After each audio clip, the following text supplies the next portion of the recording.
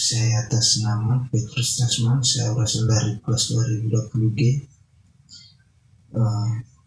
Saya akan menjawab soal-soal nomor 1 sampai nomor 5 yang ada dalam mata kuliah strategi pembelajaran.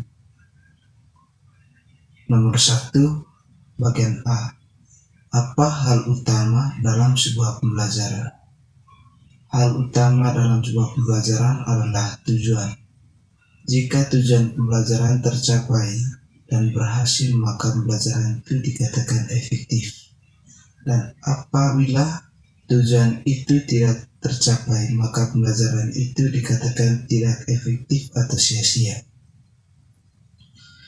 Jelas yang bagian B, jelaskan konsep dan hakikat pembelajaran berdasarkan gambar berikut. Strategi pembelajaran adalah rencana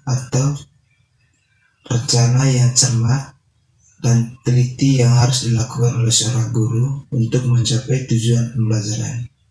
Dan juga sebagai seorang guru harus mempunyai strategi pembelajaran yang untuk menyampaikan atau menjelaskan materi supaya anak-anak bisa menerima dan dapat memahami materi yang diterapkan dalam penjelasan.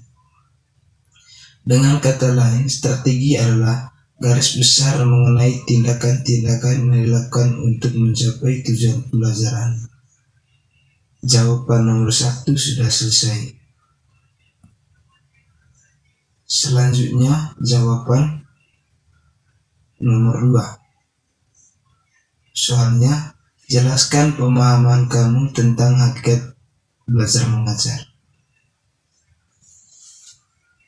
Dari pemahaman saya tentang hakikat belajar mengajar adalah suatu proses terpadu dalam suatu kegiatan, yaitu proses interaksi atau hubungan timbal balik antara guru dengan siswa pada saat pengajaran berlangsung. Soal jawaban nomor 2 sudah selesai. Selanjutnya, soal nomor 3. Sebut dan jelaskan macam-macam strategi pembelajaran. Yang pertama, strategi discovery learning. Strategi discovery learning adalah teori belajar yang didefinisikan sebagai proses pembelajaran yang terjadi bila disajikan dengan pembelajaran dalam bentuk finalnya, tetapi diharapkan mengorganisasikan diri. Yang kedua, strategi inquiry learning. Strategi inquiry learning didefinisikan oleh Piaget sebagai pembelajaran yang mempersiapkan situasi bagi anak untuk melakukan eksperimen sendiri. Dalam arti luas, ingin melihat apa yang terjadi, ingin melakukan sesuatu, menghubungkan pertemuan satu dengan pertemuan yang lain, membandingkan yang lain ditemukan orang lain. Yang ketiga, strategi problem-based learning. Strategi problem-based learning adalah metode pembelajaran yang bercirikan adanya permasalahan nyata dan konteks untuk para peserta didik belajar berpikir kritis dan keterampilan memecahkan masalah dan memperoleh pengetahuan. Yang keempat, strategi project based learning. Strategi project based learning adalah pembelajaran yang digunakan proyek atau kegiatan sebagai media. Peserta didik melakukan eksplorasi, penilaian, interpretasi, sintesis, dan informasi untuk menghasilkan berbagai bentuk hasil belajar. Di sini pendidikan diharapkan mampu mendapatkan kreativitas siswa dalam menyelesaikan masalah dalam lapangan dan mereka harus bisa menjadi profesional dalam memecahkannya. Yang kelima, strategi scientific learning. Strategi scientific learning adalah proses pembelajaran dirancang sedemikian rupa agar peserta didik secara aktif mengonstruk konsep, hukum, atau prinsip melalui tahap-tahap mengamati untuk mengidentifikasi hukum atau prinsip, melakukan tahap mengidentifikasi atau menemukan masalah, merupakan masalah, mengajukan atau merumuskan hipotesis, mengumpulkan data dengan berbagai teknik, mengenal data, hukum, atau prinsip yang ditemukan. Jawaban nomor 3 sudah selesai.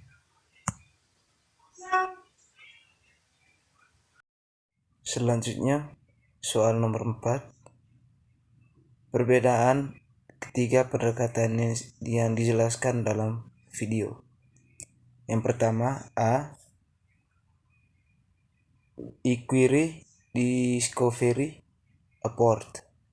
Dalam sistem belajar mengajar, menggunakan pendekatan ini, guru menyajikan bahan atau materi pembelajaran tidak dalam bentuk yang final atau hasil akhir, tetapi para siswa atau peserta didik diberi kesempatan untuk mencari dan menemukan sendiri dengan menggunakan teknik pendekatan pecahan masalah. Bagian B, Exploratory Apport. Yang pertama, konsep pendekatan exploratory menekankan pada penyampaian informasi yang disampaikan sumber belajar kepada warga belajar. Artinya melalui pendekatan ini guru dapat menyampaikan materi sampai tuntas. Yang kedua, pendekatan exploratory lebih tepat menggunakan apabila jenis bahan belajar yang bersifat informasi atau informatif, yaitu berupa konsep-konsep dan prinsip dasar yang perlu dipahami siswa secara pasti.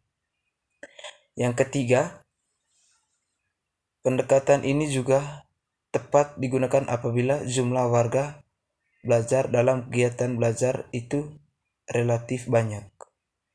Yang keempat, dalam pendekatan exploratory, ini proses belajar mengajar dilakukan dengan jalan guru menyajikan bahan atau materi pembelajaran dalam bentuk yang telah persiapkan secara rapi, sistematik, dan lengkap, sehingga para siswa tinggal menyimak dan mencermatinya secara terlebih dan teratur.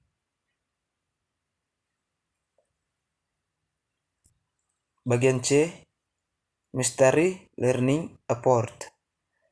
Yang pertama, pendekatan belajar mengajar dengan menitiberkan pada penguasa materi atau bahan pembelajaran secara tuntas atau belajar tuntas pada diri siswa.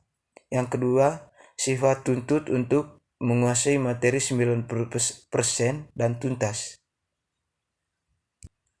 Jawaban nomor 4 sudah selesai. Selanjutnya, soal nomor 5. Suruhannya, sebut dan jelaskan kembali 12 jenis metode pembelajaran yang ada dalam video atau materi. Yang pertama, metode ceramah. Metode ceramah adalah salah satu metode pembelajaran yang bersifat konvensional karena guru menyampaikan materi kepada siswa secara lisan. Sejak dahulu hingga sekarang, metode salah satu ini memang dianggap sebagai yang paling praktis dan ekonomis. Namun seorang guru harus bisa menggunakan metode ceramah secara menarik agar para siswa tidak cepat bosan. Yang kedua, metode diskusi. Sesuai dengan namanya, metode ini selalu mengutamakan aktivitas diskusi yang dilibatkan para siswa untuk belajar memecahkan masalah. Penerapan metode di diskusi biasanya dilakukan dengan membuat kelompok diskusi yang bertugas membahas sebuah masalah. Yang ketiga, metode demonstrasi. Metode demonstrasi merupakan